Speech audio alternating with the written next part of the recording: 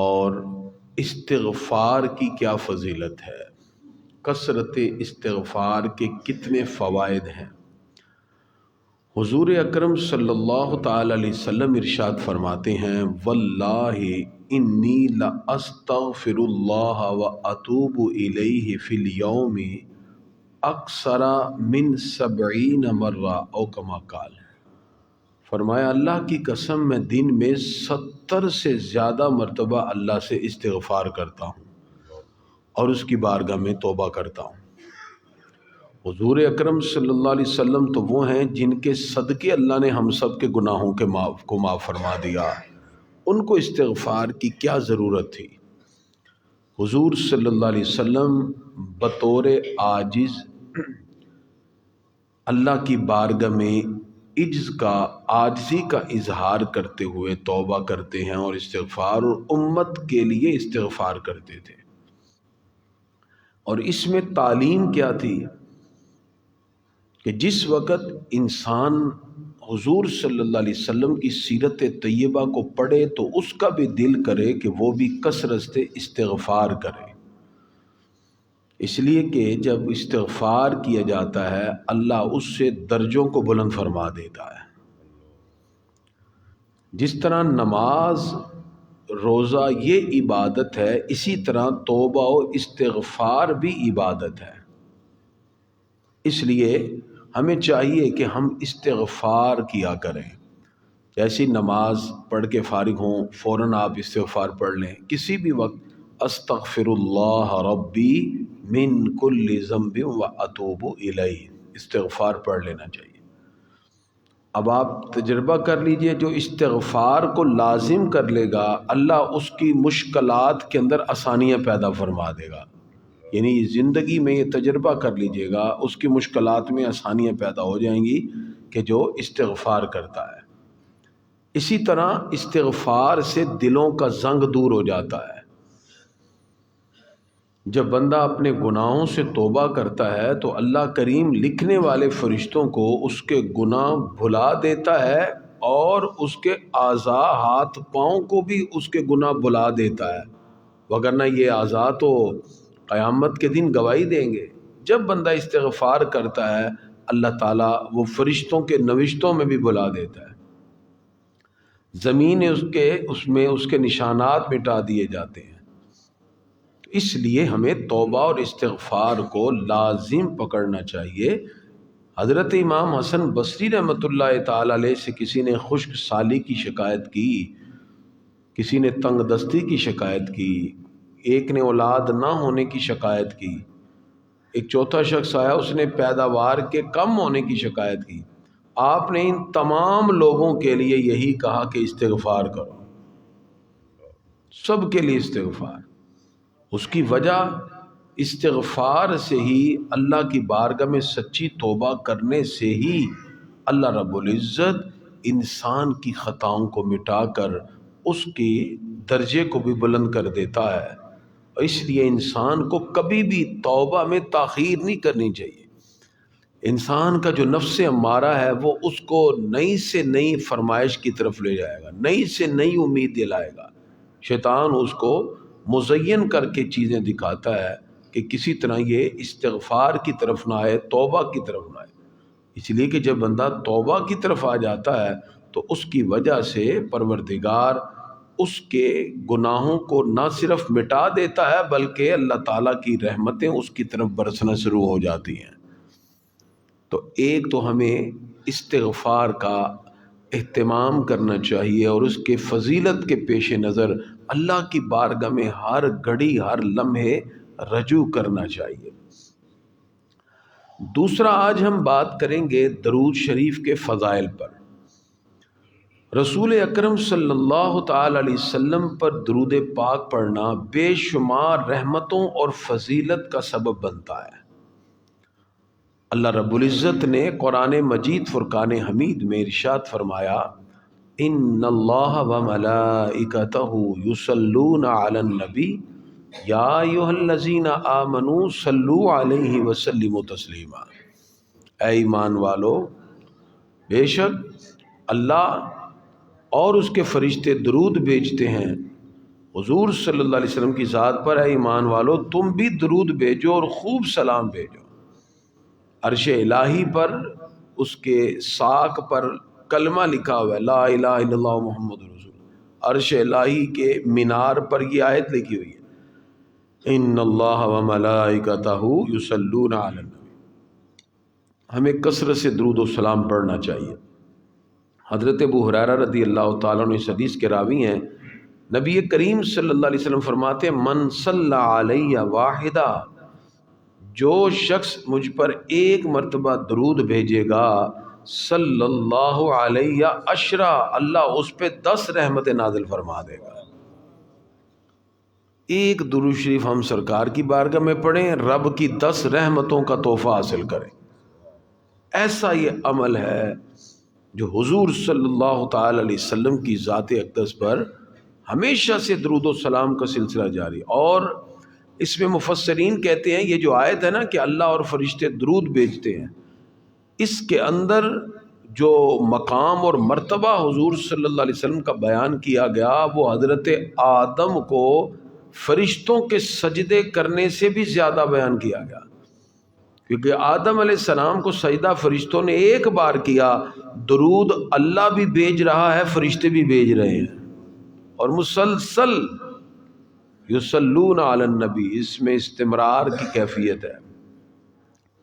اور حضرت انس بن مالک رضی اللہ تعالیٰ عنہ آپ اس حدیث کے راوی ہیں، حضور صلی اللہ علیہ وسلم فرماتے ہیں من صلی علیہ صلاۃ واحدہ، جو آدمی مجھ پر ایک مرتبہ درود پڑھے گا صلی اللہ علیہ عشر صلوات، اللہ 10 رحمتیں نازل فرمائے گا، وحطت عنہ عشر خطیات، اللہ تعالیٰ اس کے 10 گناہوں کو معاف فرما دے گا، ورفعت لہو 10 درجات، اللہ اس کے 10 درجے بلند فرما دے گا، 10 درجے بلند ہو جاتے ایک مرتبہ درود پاک حضور صلی اللہ علیہ وسلم کی بارگاہ اقدس میں پڑھنے کی وجہ سے۔ تو نبی کریم صلی اللہ تعالی علیہ وآلہ وآصحابہ وبارک وسلم نے بسا اوقات اس کی ترغیب دلائی۔ حضرت عبداللہ ابن مسعود رضی اللہ تعالیٰ عنہ آپ فرماتے میں ایک روز نماز پڑھ رہا تھا، حضور صلی اللہ علیہ وسلم تشریف فرما تھے کہ آپ صلی اللہ علیہ وسلم کے پاس حضرت ابو بکر صدیق، حضرت عمر فاروق رضی اللہ عنہما بھی حاضر تھے۔ چنانچہ نماز کے بعد جب میں بیٹھا تو اللہ تعالیٰ کی تعریف بیان کرنا شروع کی، پھر رسول اللہ صلی اللہ علیہ وسلم پہ درود بھیجا، پہلے اللہ کی حمد و ثنا پھر درود پاک، اس کے بعد میں دعا مانگنے لگا۔ حضور صلی اللہ علیہ وسلم نے فرمایا ہاں اب مانگو، تمہاری دعا ضرور قبول ہو جائے گی۔ مطلب یہ ہے کہ جب ہم عموماً دعا کرتے ہیں ہم آغاز اللہ کی حمد و ثنا سے کرتے ہیں، الحمدللہ رب العالمین والعاقبۃ للمتقین، اس کے بعد پھر درود پاک پڑھتے ہیں۔ تو یہ ایسی دعا اللہ کی بارگاہ میں قبولیت کے درجے میں پہنچ جاتی ہے جس کے اندر درود پاک شامل ہو جائے۔ اب امتی ہونے کے لحاظ سے ہر بندے کی تمنا ہے کاش اسے سرکار کا قرب نصیب ہو جائے، حضور صلی اللہ علیہ وسلم کی بارگاہ کا قرب مل جائے۔ تو حضرت عبداللہ ابن مسعود رضی اللہ تعالیٰ عنہ راوی ہیں کہ حضور صلی اللہ علیہ وسلم فرماتے ہیں اول الناس بی یوم القیامت اکثرہم علیہ صلاۃ، قیامت کے دن وہ لوگ مجھ سے، میرے سب سے زیادہ قریب وہ لوگ ہوں گے جو مجھ پر کثرت سے درود پڑھتے ہیں، سب سے قریب حضور صلی اللہ علیہ وسلم کی ذات اقدس پر آپ جب دروشی پڑھتے ہیں تو فرمایا سب سے قریب میرے ہوں گے۔ اسی لیے ہمارے اسلاف اور بزرگ باقاعدہ طور پہ فرمایا کرتے تھے کم از کم دن میں 1000 بار دروشی تو پڑھ لو، اس لیے کہ جو 1000 مرتبہ درود پاک پڑھتا ہے اللہ اس کو موت سے پہلے اس کے جنت کا مقام دکھا دے گا۔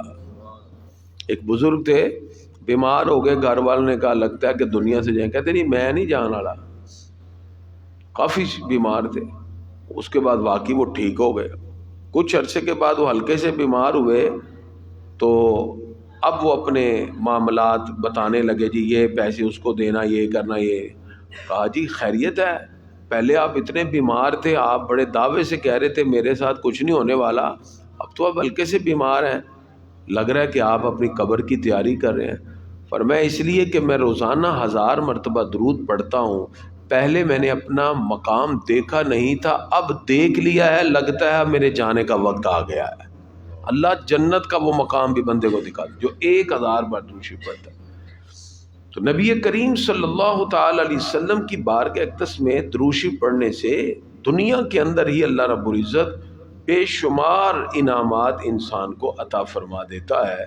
اس لیے درود پاک پڑھنے سے سرکار کی محبت دل میں بیٹھ جاتی ہے۔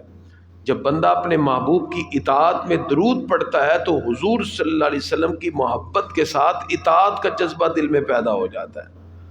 اور اسی لیے فرمایا المرء مع من احبا، فرمایا جو جس سے محبت کرتا ہے وہ اسی کے ساتھ ہوگا جو سرکار کی ذات پہ درود پڑھتا ہے۔ قبر میں بھی سرکار کی پہچان ہوگی، انشاءاللہ حشر میں بھی سرکار کا ساتھ مل جائے گا۔ اس لیے درود پاک کی کثرت سے یہاں بھی اور انشاءاللہ حشر کے میدان میں بھی حضور صلی اللہ علیہ وسلم کا ساتھ انسان کو نصیب ہو جاتا ہے۔ تو حضور اکرم صلی اللہ تعالی علیہ وسلم کی بارگاہ اقدس میں صحابہ کرام نے کئی مرتبہ جب سوالات کیے تو آقا علیہ الصلوۃ والسلام نے ان کو درود پاک پڑھنے کا ہی حکم دیا۔ اور یہ جمعے پہ بھی ہم نے اعلان کیا تھا، حضرت سلیمان جزولی رحمۃ اللہ تعالی علیہ نے جو دلائل الخیرات لکھی اس کے پیچھے یہی وجہ تھی کہ آپ جا رہے تھے ویرانے میں تو نماز کا وقت ہو گیا، کنواں تھا، پانی کے لیے ڈول نہیں تھا، تو آپ نے وہاں پکارا تو ایک بچی آئی اور کہا جی آپ کے 70,000 مرید ہیں اور آپ پانی نہیں نکال سکتے؟ اس نے کچھ پڑھ کے ایسے تھوکا، پانی سارا باہر۔ وضو کرنے کے بعد نماز کے بعد انہوں نے بچی سے کہا تجھے قسم ہے اس ذات کی جس نے تجھے یہ طاقت عطا کی، تو نے کیا پڑھا ہے؟ اس نے کہا آپ نے چونکہ رب کی قسم دی ہے میں نے صرف درود پڑھا ہے اور میں نے تھوکا ہے پانی باہر آ گیا، صرف درود میں اتنی بڑھ۔ پھر انہوں نے وہ درود اس بچی سے کہا بتائیے، پھر اس کو دلائل الخیرات میں چھپا دیا تاکہ لوگ اسی شوق سے درود پاک پڑھیں، اس شوق سے۔ تو وہ درود پاک ایک بزرگ تھے، وہ کہتے جی 11 سال میں نے دلائل الخیرات پڑھی، اس پہ جب میں پہنچتا تو میری آنکھوں میں آنسو آ جاتے۔ تو پھر اس کا ادراک ہوا کہ یہ ہے درود پاک۔ وہ ہم نے کل احباب کو دیا تھا لکھ کر، اس میں ایک لفظ آخر میں ٹھیک کر لیجئے گا کل ذرا جلدی میں، اس میں آخر میں جو لفظ لکھا تھا نا انا حقہ العظیم، وہ عین کے ساتھ ہے، الف کے ساتھ نہیں ہے، انا، تو اس کو ٹھیک کر کے ہم نے گروپ میں ویسے سینڈ کر دیا تھا۔ آخری جو لفظ ہیں وہ عین کے ساتھ ہے، انا حقہ العظیم۔ تو یہ درود پاک وہ پڑھنے کی برکت سے اور پھر دنیا میں بھی اور قبر میں بھی اور حشر میں بھی حضور اکرم صلی اللہ تعالی علیہ وسلم کی خصوصی نظر رحمت میں وہ امتی رہے گا جو اس طرح درود پاک پڑھے گا۔ ہم نے اس مرتبہ پروگرام بنایا ہے، آپ تمام لوگ اس میں شامل ہوں۔ 17 رمضان المبارک تھا، کل سے 27ویں شب تک ہم نے ارادہ کیا ہے کہ کم از کم 1.25 لاکھ مرتبہ درود ابراہیمی ہم سب مل کے پڑھیں، کیونکہ 1 لاکھ مرتبہ درود ابراہیمی پڑھ کے اللہ کی بارگاہ میں کسی کے لیے بخشش کی دعا کی جائے، اللہ تعالیٰ اس کے حقوق بھی رہتے ہوں تو معاف فرما دیتا ہے اور اس کی ادائیگی کے اسباب پیدا کر دیتا ہے۔ تو یہ صرف فوت شدگان کے لیے نہیں ہوتا، جو تو دنیا سے چلے گئے ان کو تو ہم بھیجیں گے، وہ انشاءاللہ 27ویں شب کو آپ سارے شامل ہوگا دعا میں۔ جو لوگ زندہ ہیں وہ بھی اس سے فائدہ اٹھا سکتے ہیں۔ اس کا طریقہ یہ ہوتا ہے کہ اللہ کی بارگاہ میں دعا کی جاتی ہے، یا اللہ ہم جب تیری بارگاہ میں مر کے پہنچے ہیں، ہمارے ذمہ اگر کوئی حق رہ گیا ہو، یا اللہ یہ درود پاک ہم تیری بارگاہ میں بطور امانت رکھوا رہے ہیں، پروردگار اس وقت ہمارے اگر کوئی حقوق رہ گئے ہوں اس کے صدقے اسے معاف فرما دینا۔ تو زندہ افراد جو ہیں وہ بھی اس کے اندر شامل ہو جاتے ہیں، اور اس کے اندر کوانٹٹی جتنی مرضی آپ بڑھا لیں اصالِ ثواب کے حوالے سے، زندہ افراد بھی دور۔ تو اس لیے انشاءاللہ آپ گھروں میں ہوں جہاں بھی ہوں تسبیح ہاتھ میں رکھیں، جو تو فارغ ہیں کوئی ڈیوٹی وغیرہ یا کام نہیں ہے وہ تو کم از کم 1000 سے 1500 ایک دن میں پڑھے نا درود ابراہیمی، آرام سے پڑھنا، کوئی جلدی نہیں۔ اور جو مصروف ہیں تو کم از کم وہ دن میں 500-800 مرتبہ پڑھ لیں، ٹھیک ہے؟ یہ اکٹھے کرتے جائیں، جو پڑھیں اس کو لکھ لیں یا کاؤنٹر کے ذریعے جب 26ویں روزہ ہوگا یا 27ویں شب، آپ نے اس وقت بتانا، پھر ہم اس کو ٹوٹل کریں گے اور تقریباً امید ہے انشاءاللہ اس وقت تک 1.25 لاکھ کے قریب ہو جائے گا۔ ہم پھر 27ویں شب کو 1.25 لاکھ درود پاک کا گلدستہ مل کر سرکار کی بارگاہ میں پیش کریں گے، اور پھر انشاءاللہ جو ہماری رات کو دعا ہوتی ہے اس میں پھر انشاءاللہ ہم شامل کریں گے۔ اور آج چونکہ جمعۃ المبارک ہے، اور ہر جمعے کو ہم نے کوشش